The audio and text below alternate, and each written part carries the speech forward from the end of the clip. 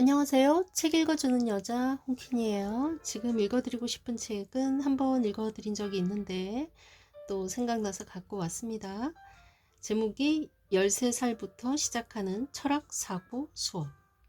꼭 13살이 아니더라도 누구라도 재밌게 읽을 수 있는 좋은 철학책이라는 생각이 듭니다.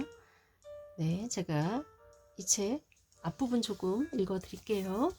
요즘 AI가 워낙 대세죠. AI에 관해 생각해 볼 수 있는 부분 읽어드리겠습니다. AI는 생각하는 것일까? 로봇도 마음을 가질 수 있을까? 네, 이런 의문을 한 번씩 하고 있는 분들 있죠. 자, 챗 GPT와 같은 AI를 이용하면서 와, 진짜 사람 같아 라고 느낀 적은 없나요? 무엇인가를 물어보면 제대로 대답해 주어서 마치 내가 하는 이야기를 이해하는 듯이 느껴지기도 하지요. 그렇다면 그 AI는 정말로 생각하고 있는 것일까요?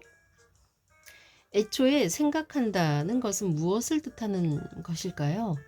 자연스럽게 대화할 수 있다는 것만으로 생각하고 있다고 말할 수 있을까요? 마찬가지로 마음이나 의식이란 무엇일까요? 이 챕터에서는 이런 문제를 철학적인 관점에서 곰곰이 생각해 보려 합니다. AI는 과연 생각하고 있는 것인지 함께 생각해 봅시다. 컴퓨터는 생각하는 것일까?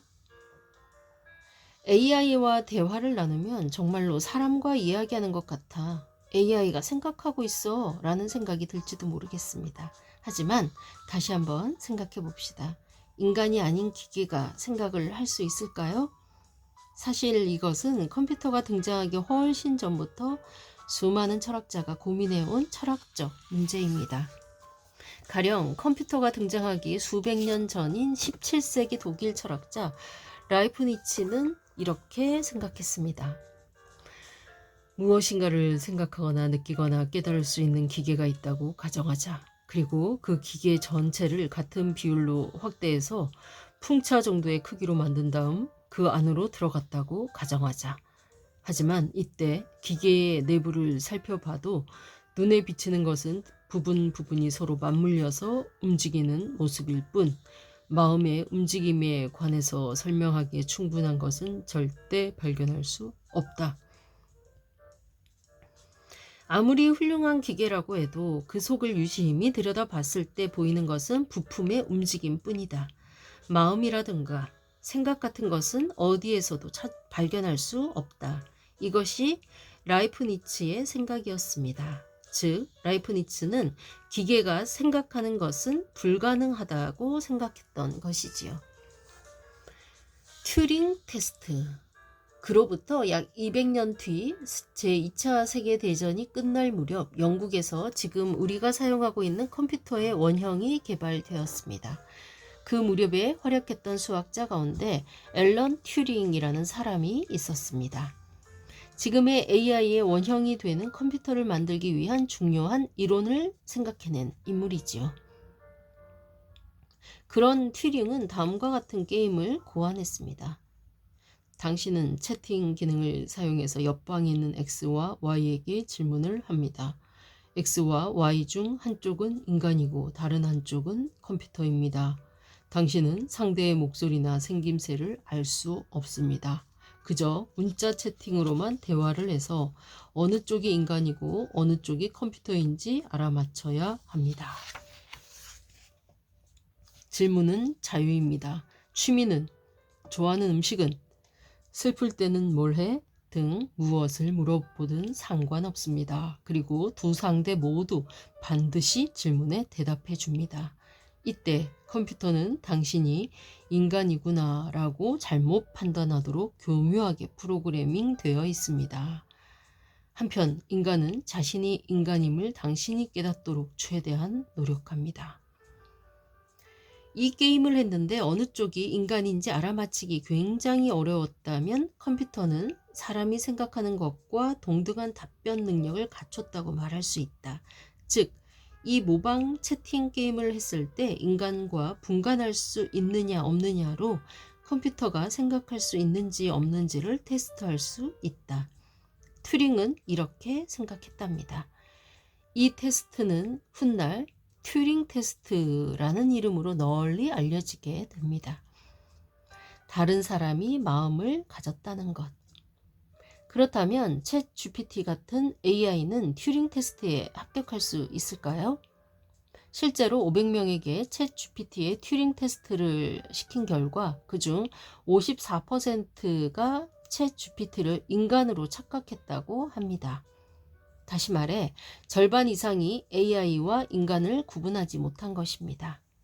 이 결과를 통해 챗 GPT는 튜링 테스트에 합격했다고 생각할 수도 있습니다.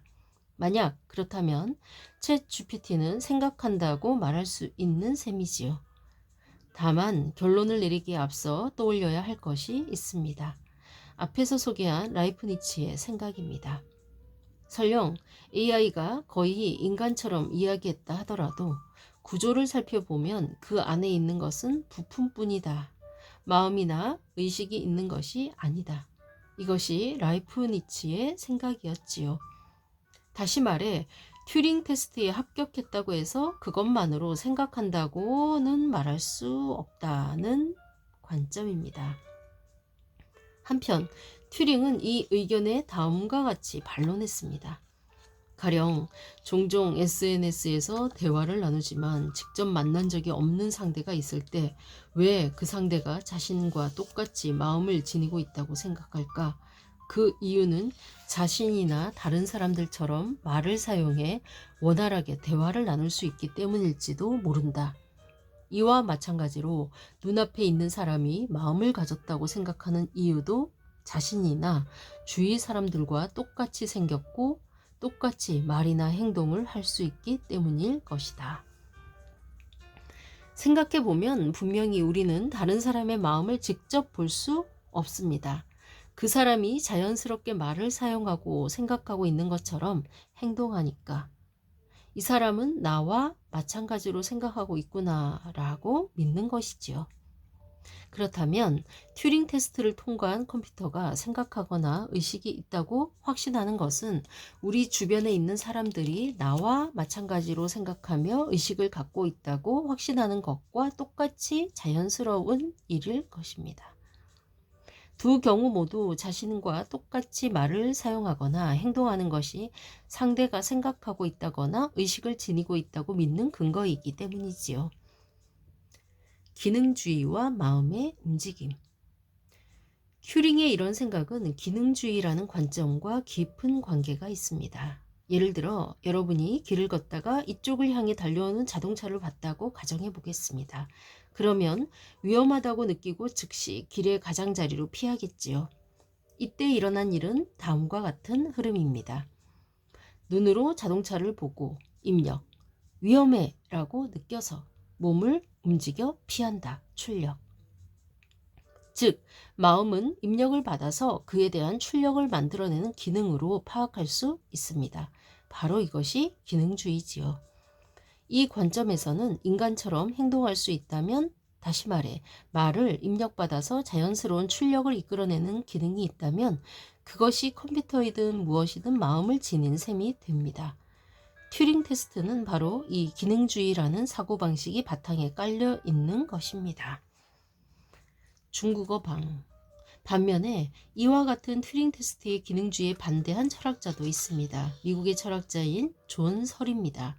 그는 중국어 방이라는 유명한 사고 실험을 통해서 튜링의 생각에 반론을 제기했습니다. 어떤 방에 존이라는 사람이 있습니다. 존은 영어밖에 모릅니다. 방 바깥에는 중국어를 아는 사람이 있어서 종이에 중국어로 질문을 적어 방 안에 있는 존에게 줍니다. 한편 존은 이 기호가 오면 이 기호로 바꾼다라는 방법이 적힌 매뉴얼을 갖고 있습니다. 존은 메시지를 받으면 중국어를 자신이 모르는 기호로 여기고 매뉴얼에 적힌 대로 바꾸는 작업을 합니다.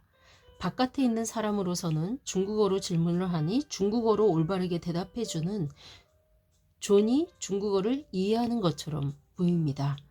하지만 사실 저는 중국어를 전혀 이해하지 못합니다. 그저 매뉴얼에 적힌 대로 기호를 바꿨을 뿐이지요. 이 방에 있는 존처럼 컴퓨터도 그저 기호를 다른 기호로 바꿀 뿐이다. 그러므로 아무리 인간처럼 대답할 수 있다 한들 말을 이해한다 라든가 생각한다 라고는 말할 수 없다.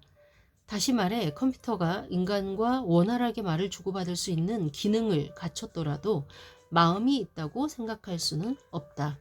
설은 이렇게 기능주의에 반론한 것입니다. 정리. AI는 생각하는 것일까?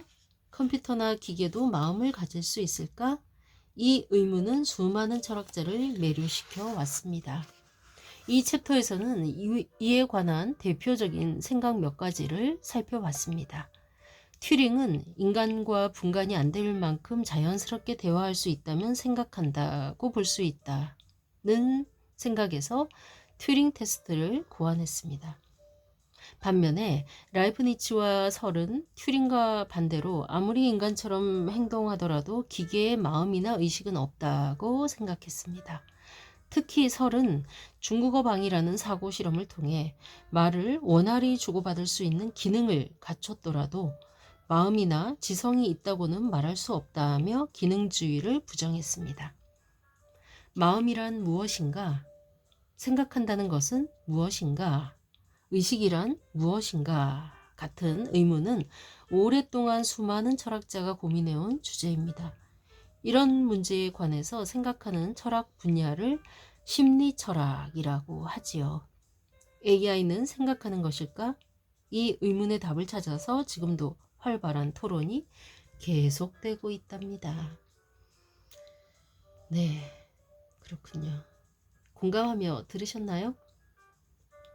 네, 옆에 나와 있는 좀 더 깊이 생각해보고 싶은 사람을 위한 숙제. 당신은 존설의 중국어 방이라는 발상을 어떻게 생각하시나요? 그의 말처럼 기호를 변환하는 것만으로는 이해했다라고 말할 수 없는 것일까요? 아니면 입력에서 출력을 만들어내는 활동이 있다면 이해했다고 말할 수 있는 것일까요? 존설과 기능주의, 어느 쪽의 주장이 더 설득력 있게 들리셨나요? 그 이유는 무엇인가요? 네, 어떠셨나요? 어떤가요? 여러분의 생각은 궁금하네요. 자, 많은 생각을 해볼 수 있는 AI에 관한 철학적 사고, 튜링 테스트, 기능주의, 중국어 방. 네, 이미 아는 분도 계시는 용어였을지도 모르고 또 처음 듣는 분도 계셨을지도 모르죠. 어쨌건 AI가 대세인 요즘에 생각해 볼 수 있는 좋은 글이었죠. 예, 이 AI 말고도 다양한 생각거리가 있는 이 책 꼭 한번 읽어보시길 추천하는 바입니다. 지금까지 좋은 글 읽어주는 여자 홍캔이었습니다. 감사합니다.